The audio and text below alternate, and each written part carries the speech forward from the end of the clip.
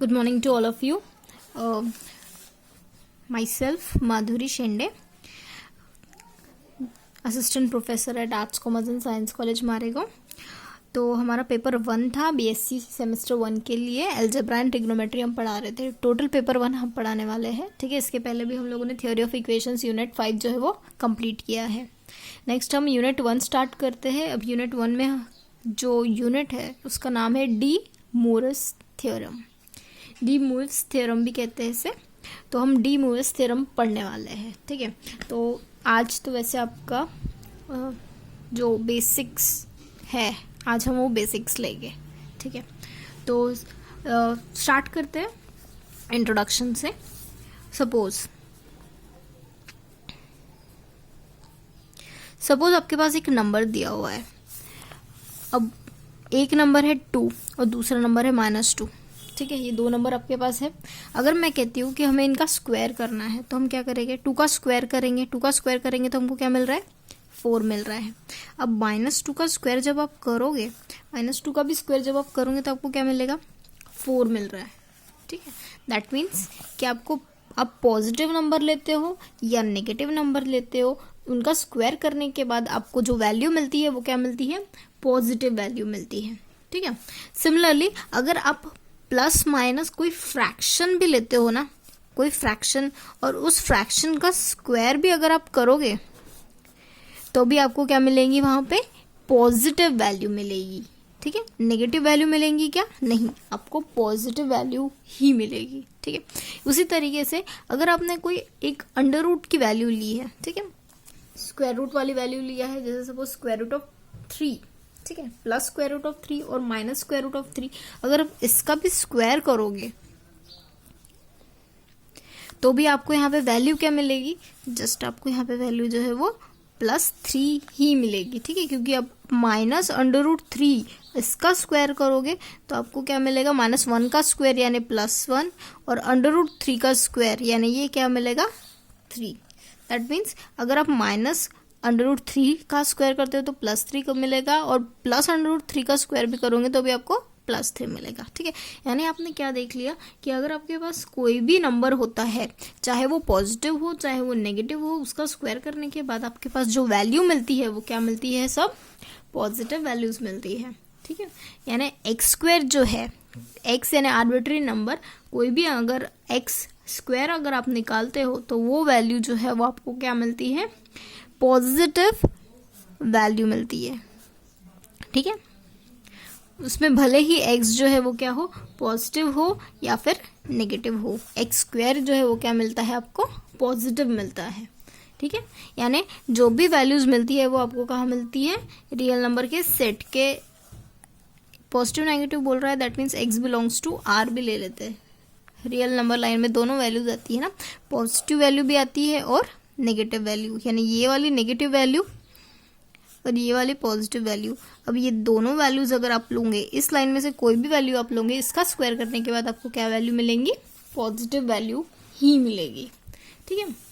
तो पर सपोज कि इन केस अगर आपके पास एक नंबर ऐसा आता है, अगर आपको बोला गया है कि आप क्या करो? √(-4) इसका स्क्वायर निकालो, ठीक है। अगर आप कोशिश करते हो कि √(-4) जो है इसका स्क्वायर अगर आप निकालने की कोशिश करोगे तो आपको यहाँ पे क्या वैल्यू मिलेगी?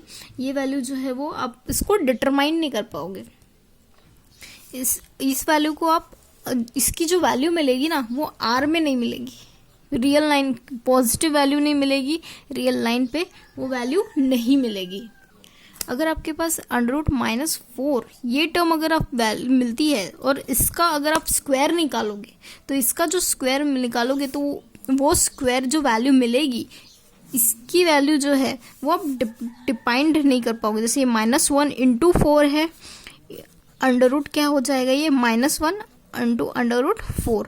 अब भले ही यहाँ पे √4 जो है उसको आप एज इट इज लिखो। अब अगर आपने इसका स्क्वायर किया,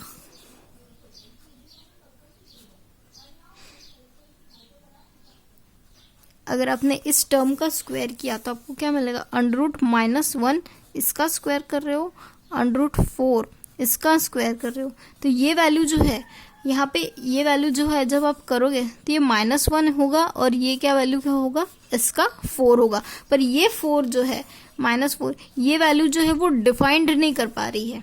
कहाँ डिफाइंड नहीं कर पा रही है, हमारे इस नंबर सिस्टम में, क्योंकि यहाँ पे हमने क्या देखा था कि पॉजिटिव या फिर नेगेटिव वैल्यू लेते हैं, उसका स्क्वायर जब आप करते हो तो आपको पॉजिटिव वैल्यू मिलती है। पर यहाँ पे ये जो वैल्यू आपको मिल रही है वो नेगेटिव वैल्यू मिल रही है ना, वो नेगेटिव वैल्यू मिल रही है, जिसकी वजह से क्या हो रहा है कि हम ये नहीं कह सकेंगे कि ये जो -4 ऑफ अंडर रूट जो है वो वैल्यू कहाँ नहीं मिल रही है, हमारे सेट में डिफाइंड नहीं कर रही है कि ठीक है।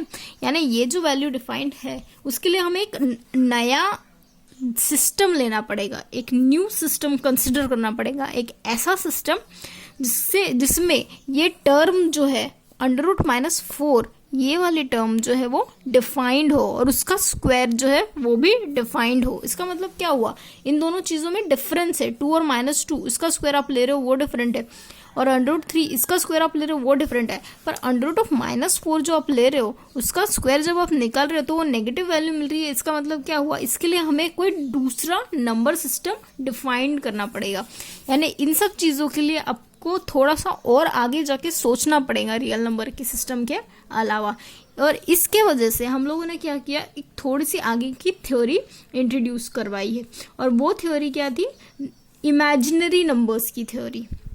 ठीक है, इमेजिनरी नंबर्स की तरफ हमको आगे बढ़ना पड़ा। इमेजिनरी नंबर्स में क्या होता है कि हमें क्या करते हैं, एक कॉम्बिनेशन लेते हैं। किसका कॉम्बिनेशन लेते हैं, रियल नंबर का। रियल के साथ साथ हम कॉम्बिनेशन लेते हैं इमेजिनरी नंबर का। ठीक है, रियल नंबर का और साथ ही साथ इमेजिनरी नंबर का कॉम्बिनेशन लेते हैं। तो इस तरीके से हम लोगों ने क्या किया, यहाँ पे एक कॉम्बिनेशन लिया जिसको हमने लिखा x + i/y, और उसे हमने क्या नाम दिया, z। यानी यहाँ पे जो z है वो क्या है, हमें कॉम्प्लेक्स नंबर देता है। ठीक है, अब ये जो कॉम्प्लेक्स नंबर हमें दे रहा है z = x + i/y, जिसमें x और y दोनों के दोनों क्या है, रियल नंबर है। ठीक है, और यहाँ पे ये जो i है वो क्या है, एक इमेजिनरी टर्म है जिसका स्क्वायर जो है वो क्या होता है, -1 होता है। ठीक है, i का स्क्वायर क्या होता है, -1 होता है। ठीक है, यानी इस तरीके से हमें क्या हुआ, नीड अराइज हुई किसकी, रियल कॉम्प्लेक्स नंबर्स की। ठीक है, तो यहाँ पे जब हम z = x + i/y लिख रहे हैं, उसमें भले ही x और y, ये दोनों x और y जो है वो क्या है, रियल टर्म्स हो, पर हम लोग जो i/y लेते हैं वो क्या होता है, इमेजिनरी नंबर होता है। i/y अगर हम लेंगे तो वो क्या रहेगा, इमेजिनरी नंबर रहता है। और कॉम्प्लेक्स नंबर्स को हम कैसे डिनोट करते हैं, कॉम्प्लेक्स नंबर्स को हम z से डिनोट करते हैं। ठीक है, और x जो है वो क्या होता है, रियल पार्ट होता है किसका, z का, और y जो है वो क्या होता है, इमेजिनरी पार्ट होता है किसका, z का। ठीक है, अब ये रियल पार्ट ऑफ z को हम ऐसे भी लिखते हैं RE of z, that means real part of z, और y को हम कैसे लिखते हैं, इमेजिनरी पार्ट ऑफ z, यानी IM ऑफ z, इस तरीके से भी लिखते हैं। ठीक है, तो यानी यहाँ पे हमने क्या देखा कि हमको एक i² = -1 ये वाला टर्म, इसकी ज़रूरत क्यों गिरी, क्योंकि हम लोग यहाँ पे जो √-4 वाले टर्म्स थे उनका स्क्वायर करने के बाद हमें क्या मिल रहा है, पॉजिटिव वैल्यू नहीं मिल पाई। दैट मीन्स कि इन नंबर्स को, इस तरीके के नंबर्स को हमें डिफरेंटली डिफाइंड करना पड़ा, और डिफरेंटली डिफाइंड करने की वजह से हमें क्या करना पड़ा, कॉम्प्लेक्स नंबर्स की नीड जो है वो अराइज हुई। इस तरीके से कॉम्प्लेक्स नंबर्स की नीड पैदा हुई, और इस तरीके से हमने यहाँ पे कॉम्प्लेक्स नंबर को डिफाइंड किया। एक रिमार्क है, the complex numbers x + i/y is a single number. ठीक है, जैसे x + i/y अगर ये बोलता है तो आप ये नहीं सोचोगे कि x डिफरेंट है और y डिफरेंट है, आप क्या सोचोगे कि ये x + i/y जो है ये खुद में एक सिंगल नंबर है। ठीक है, और every real number of complex number whose imaginary part is 0 and every imaginary number is a complex number whose real part is 0. ठीक है, क्या कह रहा है कि every real number is a complex number, यानी जैसे सपोज अगर आपके पास एक नंबर है 3, तो आप क्या कहोगे कि इसका इमेजिनरी पार्ट क्या है, 0 है। ठीक है, यानी आप क्या कह सकते हो कि कोई भी रियल नंबर है उसको आप एक्सप्रेस कर पाओगे किसमें, कॉम्प्लेक्स नंबर में। इसलिए कह रहा है कि हर एक रियल नंबर जो है वो क्या है, कॉम्प्लेक्स नंबर है जिसका इमेजिनरी पार्ट क्या है, 0 है। और हर एक इमेजिनरी नंबर जो है वो क्या है, कॉम्प्लेक्स नंबर है जिसका रियल पार्ट क्या है, 0 है। ठीक है, यानी अगर आपने रियल नंबर लिया तो इसमें इमेजिनरी पार्ट 0 आता है, और अगर आपने यहाँ पे इमेजिनरी नंबर लिया तो उसका क्या आता है, रियल पार्ट 0 है। इसका मतलब क्या हुआ कि हर एक रियल नंबर का आप as in terms of complex numbers जो है वो एक्सप्रेस कर सकते हो, और कॉम्प्लेक्स नंबर को तो आप कॉम्प्लेक्स नंबर में एक्सप्रेस करोगे। यहाँ पे सी जो है वो क्या है, सेट ऑफ कॉम्प्लेक्स नंबर को हम डिनोट करते हैं कैपिटल सी से। ठीक है, तो सपोज अगर आपके पास एक नंबर है जैसे 3 - 2i, अगर आपके पास इस तरीके से नंबर है, तो ये जो नंबर है वो खुद एक क्या है, कॉम्प्लेक्स नंबर है। ठीक है, ये खुद एक क्या होगा, कॉम्प्लेक्स नंबर होगा, जिसमें इसका रियल पार्ट अगर आप देखोगे, रियल पार्ट क्या है, 3 है, और इमेजिनरी पार्ट क्या है, इमेजिनरी पार्ट जो है वो क्या है, -2 है। ठीक है, तो अब कुछ फंडामेंटल ऑपरेशंस हम देखते हैं कॉम्प्लेक्स नंबर्स में। जैसे सपोज हमारे पास दो कॉम्प्लेक्स नंबर है, एक पहला है Z1 और दूसरा है Z2। अब ये दोनों कॉम्प्लेक्स नंबर्स कहाँ पे बिलोंग करेंगे, कॉम्प्लेक्स नंबर के सेट में बिलोंग करेंगे, C में। ठीक है, तो अगर हमारा पहला नंबर Z1 है तो हम उसे कैसे लिखेंगे, x1 + i × y1।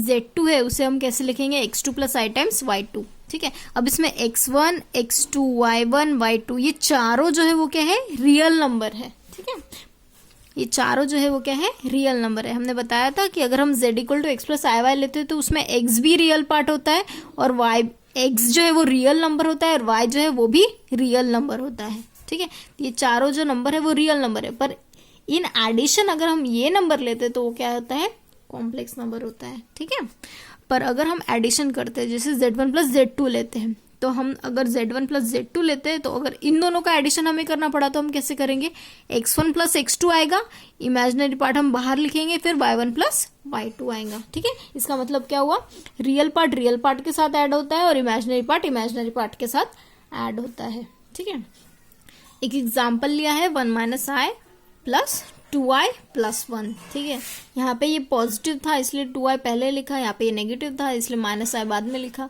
अगर हमको इन दोनों का एडिशन करना है तो हम कैसे करेंगे, रियल पार्ट के साथ ऐड होता है, इसका मतलब क्या होगा, 1 + 1। ठीक है, और यहाँ पे प्लस, और यहाँ पे जो इमेजिनरी पार्ट है वो इमेजिनरी पार्ट के साथ ऐड होता है, यानी यहाँ पे हमने +i लिखा, यहाँ पे क्या होगा, -1 और +2, यानी यहाँ पे 1 + 1 2 + i as it is, -1 + 2 is +1। ठीक है, सब्सट्रैक्शन, अगर हमें सब्सट्रैक्शन करना है दो कॉम्प्लेक्स नंबर्स का, जैसे Z1 - Z2 का, तो इसमें क्या करना पड़ेगा, Z1 - Z2, अगर यहाँ से हमको Z1 - Z2 करना है तो हमें कैसे करेंगे, x1 - x2 + i लिखेंगे, y1 - y2। ठीक है, same x1 - x2 + i × y1 - y2।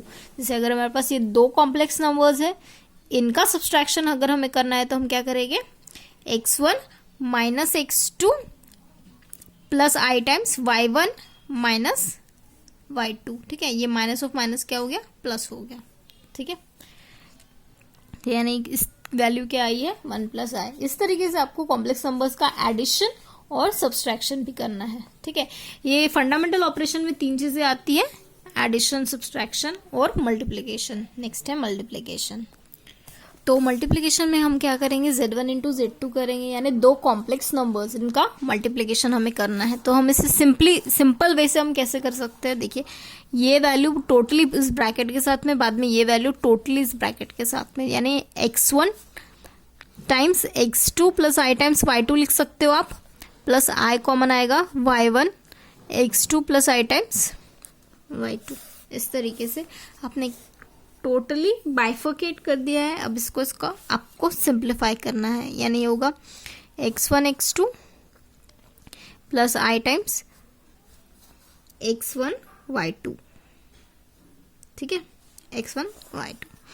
Plus i times y1 x2 plus I into आई जो है वो क्या होगा आई स्क्वायर, और आई स्क्वायर का वैल्यू क्या होता है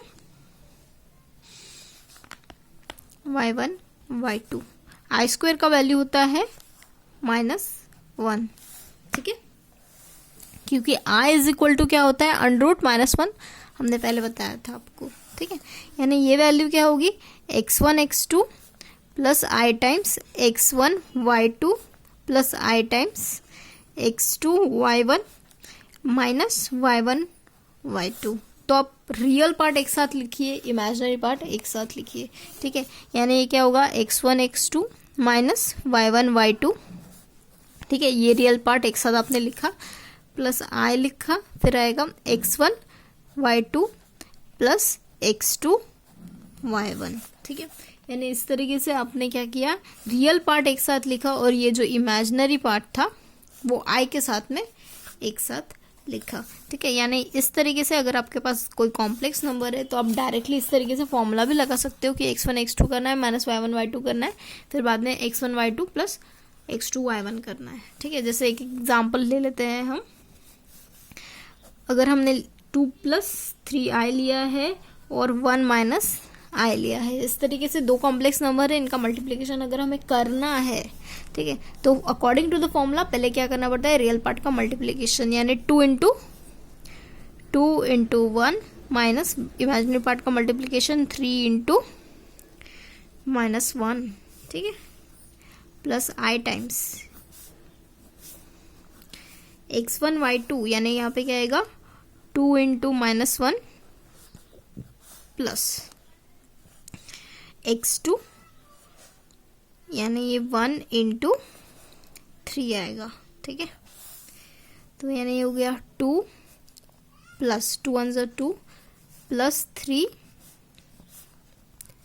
प्लस आई आएगा -2, 2 इंटू -1 -2 प्लस 3, तो यानी ये वैल्यू जो होगी ये होगी 2 प्लस 3 5, ये होगा प्लस आई, ये वैल्यू 1 आएगी, ठीक है। यानी ये क्या हो गया 5 प्लस आई। इस तरीके से हमने मल्टीप्लिकेशन किया, यानी इस तरीके से दो कॉम्प्लेक्स नंबर्स है उसका मल्टीप्लिकेशन आप कर सकते हो, ठीक है। इस तरीके से काम मल्टीप्लिकेशन होता है, यानी आपने यहाँ पे एडिशन देख लिया, सब्सट्रैक्शन देख लिया और मल्टीप्लिकेशन देख लिया, ठीक।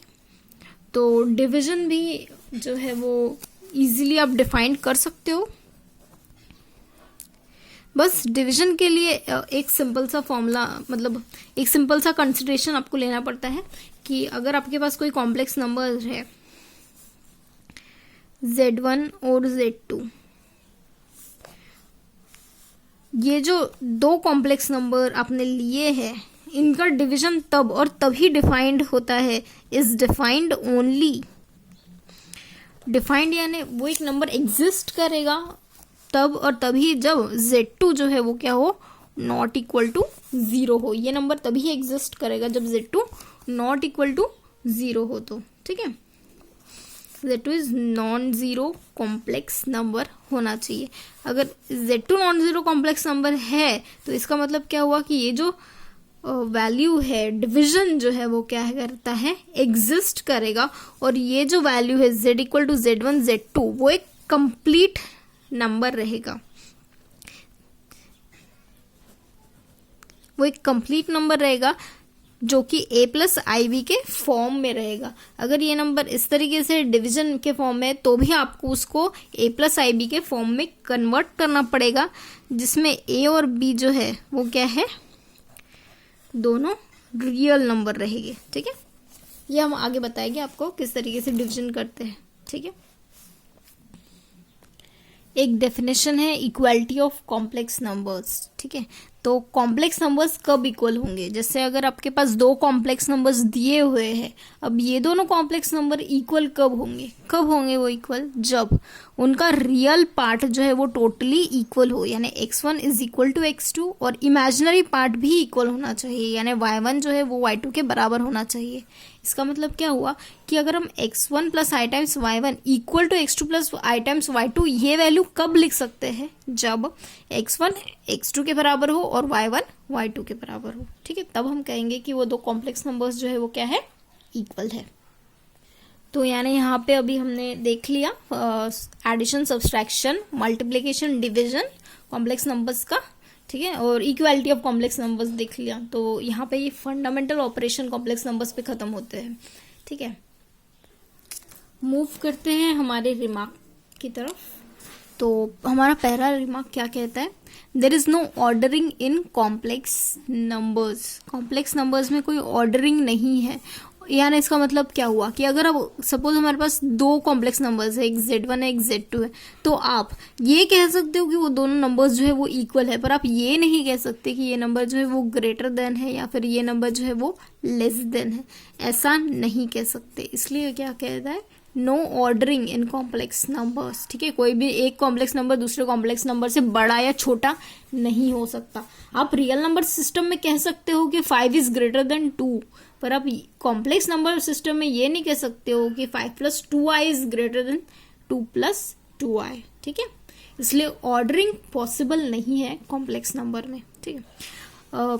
सेकेंड रिमार्क है कि अगर आपके पास कोई नंबर कॉम्प्लेक्स नंबर है z = x + iy, तो आप इस z = x + iy को इन टर्म्स ऑफ कॉम्पोनेंट इस तरीके से भी लिख सकते हो, कॉम्पोनेंट भी लिख सकते हो, ठीक है। ऑर्डर पेयर आपने यहाँ पे लिखा है, ऑर्डर पेयर XY, यानी अगर आपने z = x + iy लिखा या फिर ऑर्डर पेयर XY लिखा, इन दोनों का मीनिंग जो है वो सेम ही है। बस आपको ये रिमेंबर करना है कि अगर आपने ऑर्डर पेयर XY लिखा तो इसका मीनिंग होता है x + iy, ठीक है। एक एग्जाम्पल है, जस्ट आपको सॉल्व नहीं करना है, सिर्फ समझना है, ट्रू और फॉल्स बताना है आपको, ठीक है। यहाँ पे एक नंबर दे दिया हुआ है a, हमारा फर्स्ट है a, ये क्या कहता है, z इज ग्रेटर देन 0 और z is less than 0 if z is not equal to 0, ठीक है। तो यानी क्या कह रहा है कि हमारा जो कॉम्प्लेक्स नंबर है वो क्या होगा, या तो वो ग्रेटर देन 0 होगा या तो वो लेस देन 0 होगा, अगर वो 0 के बराबर नहीं है तो, ठीक है।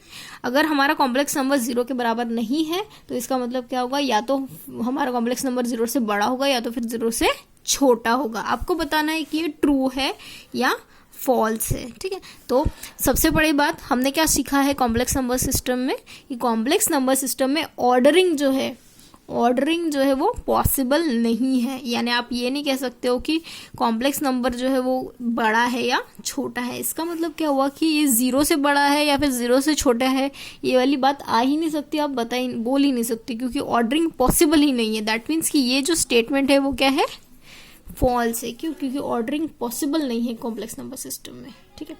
सेकेंड है कि ये एक कॉम्प्लेक्स नंबर बड़ा है दूसरे कॉम्प्लेक्स नंबर से, ये भी फॉल्स है क्योंकि ऑर्डरिंग पॉसिबल नहीं है हमारे कॉम्प्लेक्स नंबर सिस्टम में। अब तीसरा क्या कह रहा है, इमेजिनरी नंबर, ये कॉम्प्लेक्स नंबर का इमेजिनरी पार्ट है, यानी यहाँ पे इमेजिनरी पार्ट क्या होगा, -6 is greater than imaginary part of -7, ठीक है। तो आपको तो पता है कि आप जब आप रियल नंबर सिस्टम में जाते हो और यहाँ पे 0, यहाँ पे -1, तो यहाँ पे 0 जो है वो क्या होता है, बड़ा होता है -1 से।